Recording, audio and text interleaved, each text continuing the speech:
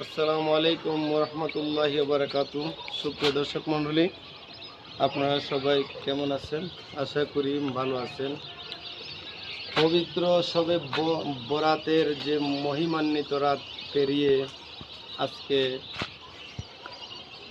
শবে বরাতের দিন, বাংলাদেশের মুসলিম অধ্যুষিত বাংলাদেশের সুন্নি মতাদর্শ সহ অসংখ্য মুসলিম ধর্মানুসারী যারা আছেন অনেকেই আজকে রোজা রেখেছেন ইফতারের খুব পূর্ব মুহূর্তে। আমি এই মুহূর্তে দাঁড়িয়ে আছি হজরত শাহজালাল ইয়ামুনী রহমতুল্লাহ আলাইহির যে পুণ্যভূমি প্রাণপ্রিয় সিলেট নগরীতে। সিলেট নগরীর ঘাসিটোলা থেকে আমি আপনাদের সাথে সংযুক্ত আছি। ঘাসিটোলা হচ্ছে আমার বড় ভাইরার বাড়ি। ওনার বাড়ি হচ্ছে কুলাউড়াতে। উনি সিলেট নগরীতে বাড়ি করেছেন। সিলেট নগরী সহ কুলাউড়া সহ মৌলভীবাজারে অনেক জায়গায় ওনার বাড়ি রয়েছে। উনি একজন কুয়েত প্রবাসী। বর্তমানে ওনার বাড়ির কাছ থেকে আপনাদের সাথে সংযুক্ত আছি। আপনারা জানেন হয়তো অনেকেই যে সিলেট নগরীর আপনার এই যে শেখঘাটে, সিলেট নগরীর শেখঘাটে আমার শ্বশুর বাড়ি। এই শেখঘাট হচ্ছে হজরত শাহজালাল ইয়ামুনী রহমতুল্লাহ আলাইহি যখন এই ভারত থেকে ইয়েমেন থেকে পর্যায়ক্রমে দিন ইসলাম এবং ইসলামের প্রচার এবং প্রসারের জন্য তিনি সিলেটের উদ্দেশ্যে আসলেন। সিলেটের যে পূর্ব নাম তৎকালীন যে শ্রীহট্টর দিকে তিনি আসলেন এবং তিনি রাজা গৌরব গোবিন্দর যে অত্যাচার থেকে জুলুম থেকে এই তৎকালীন এই অঞ্চলে বুরহানুদ্দিনের আমন্ত্রণে উনি এসেছিলেন। সিলেটে আসার সময় উনি যে প্রতিবন্ধকতার সম্মুখীন হয়েছেন আমরা শাহজালাল ইয়ামুনী রহমতুল্লাহ আলাইহির যে জীবনী, আত্মজীবনী থেকে যারা জানি, বাংলাদেশে যে ইসলাম এসেছে এটা আপনারা জানেন ওলি আউলিয়াদের মাধ্যমে এই দেশে ইসলামের প্রচার এবং প্রচার হয়েছে। আর সিলেটের হযরত শাহজালাল ইয়ামুনী রহমতুল্লাহ আলাইহি এই দেশে ইসলাম প্রচারের জন্য তিনি সবচেয়ে বেশি অবদান রেখেছেন।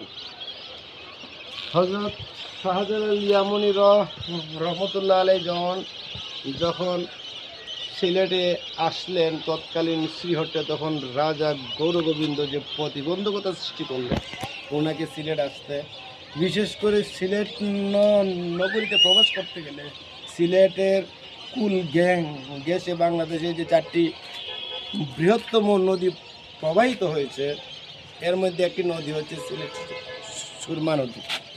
এই সুরমা নদীর তীরে অবস্থান করার সঙ্গে সঙ্গে রাজা গৌরগোবিন্দ এই অঞ্চলের যত খেয়া ছিলেন, নৌকা ছিলেন, মাঝি ছিলেন, অর্থাৎ নদী পার হয়ে সিলেট নগরীতে প্রবেশ করতে গেলে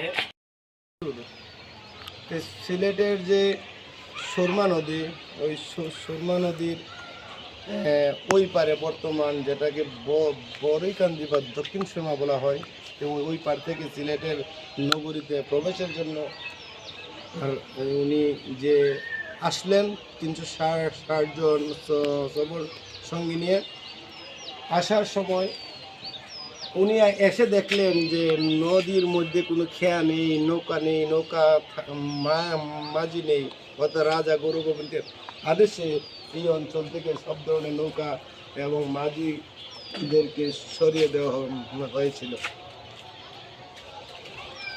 আপনারা আরও জেনে থাকবেন যে তখন হযরত শাহজালাল ইয়ামুনী রহমতুল্লাহ আলাইহি দক্ষিণ সুরমা থেকে বা ওই নদী সুরমা নদীর ওই পার থেকে এই পারে আসার জন্য কোনো যোগাযোগ মাধ্যম না পেয়ে ওনার জায়নামাজ পিছিয়ে দিলেন নদীতে এবং ওই জায়নামাজে করে আল্লাহর হুকুমে উনি সুরমা নদী পার হয়ে হলেন এবং ওনার সঙ্গীও পার হয়ে আসলেন এবং উনি সিলেটের নদীর ওই পার থেকে এই পারে আসার পর যে স্থানে উনি আসলেন হযরত শাহজালাল আলী ইয়ামানী রহমতুল্লাহ আলাই এই অঞ্চলটিকে নামকরণ করলেন যে শেখ ঘাট, অর্থাৎ শেখ ঘাট মানে মুসলমানদের ঘাট। পদ্মবিধি সিলেটের এই শেখ ঘাট নামকরণ পদ্মবিধি আছে, আর ওই শেখ ঘাটে আমার শ্বশুর বাড়ি।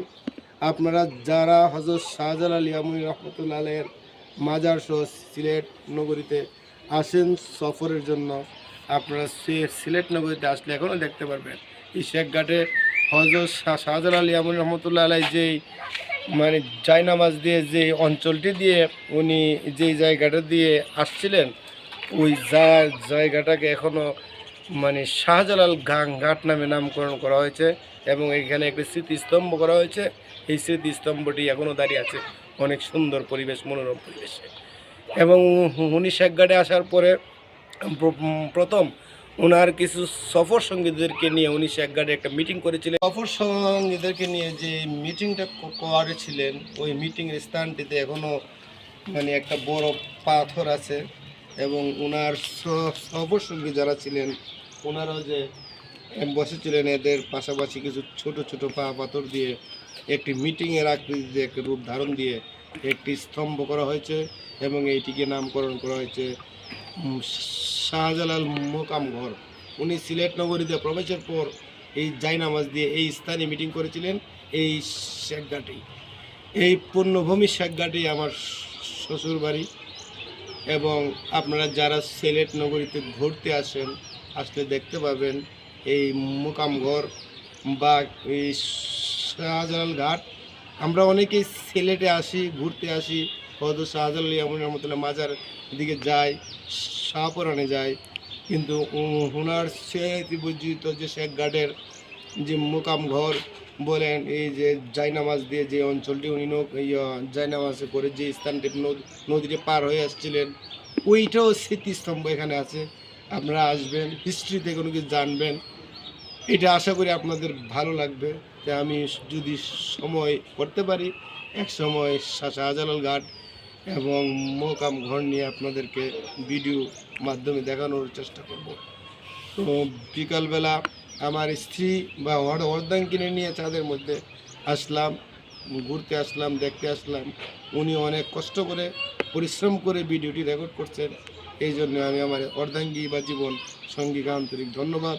পাশাপাশি আমার যারা শ্রোতাবিন্দু আছেন প্রত্যেকের প্রতি আন্তরিক ধন্যবাদ কৃতজ্ঞতা দিয়ে আজকের মতো এখানেই আমার উপস্থাপন বা অনুষ্ঠান শেষ করলাম। আসসালামু আলাইকুম রহমতুল্লাহ।